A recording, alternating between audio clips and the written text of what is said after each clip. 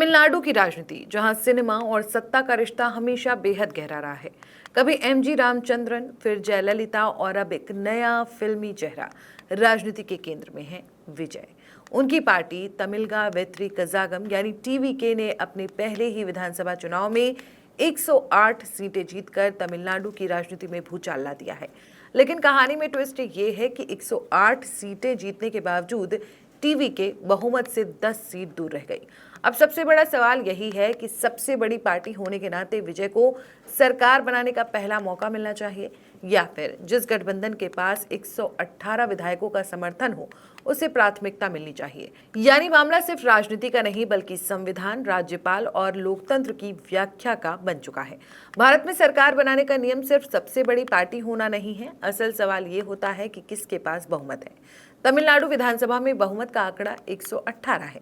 TVK के पास 108 सीटें हैं, यानी सरकार बनाने के लिए अभी भी 10 विधायक कम हैं। विजय और उनके समर्थकों का तर्क है कि जनता ने सबसे ज्यादा सीटें टीवीके को दी हैं, इसलिए पहले हमें बुलाया जाना चाहिए। लेकिन विपक्ष का जवाब है कि लोकतंत्र सीटों की संख्या से नहीं बहुमत से चलता है। अगर कोई गठबंधन 118 सीटों का समर्थन जुटा लेता है तो संवैधानिक रूप से उसका दावा ज्यादा मजबूत माना जाएगा। अब संविधान क्या कहता है? तो भारतीय संविधान का अनुच्छेद 164 कहता है कि मुख्यमंत्री की नियुक्ति राज्यपाल करेंगे, लेकिन संविधान ये साफ नहीं बताता कि त्रिशंकु विधानसभा की स्थिति में राज्यपाल पहले किसे बुलाएंगे।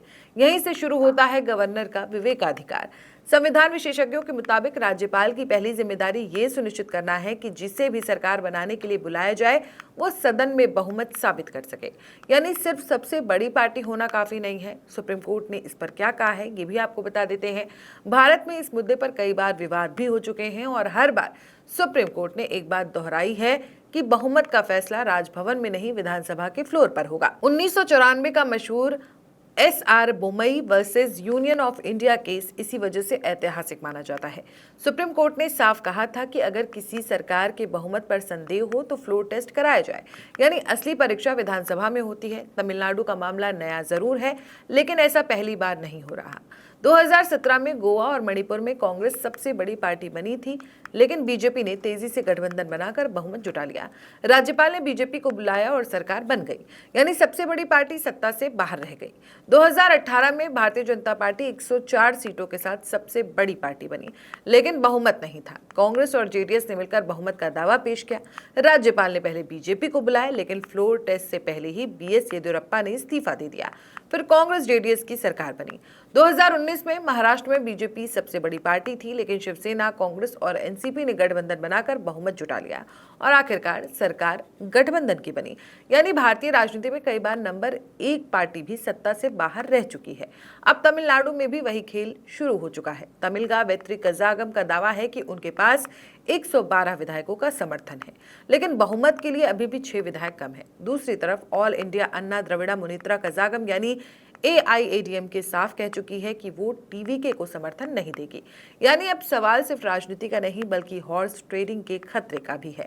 क्या विधायक टूटेंगे? क्या निर्दलीय समर्थन देंगे या फिर कोई नया गठबंधन बनेगा?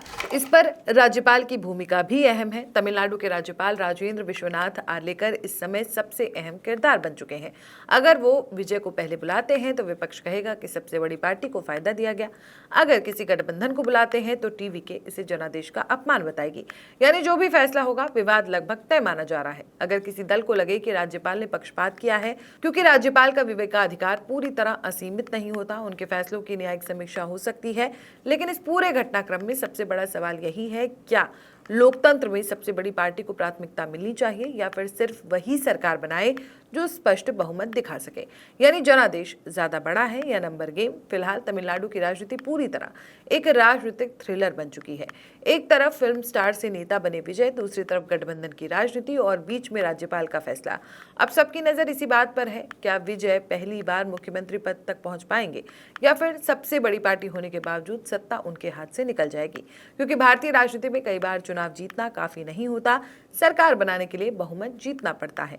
आप इस पूरे मामले को कैसे देखते हैं? कमेंट में जरूर बताएं। वीडियो पसंद आई हो तो वीडियो को लाइक, शेयर और चैनल को सब्सक्राइब जरूर करें।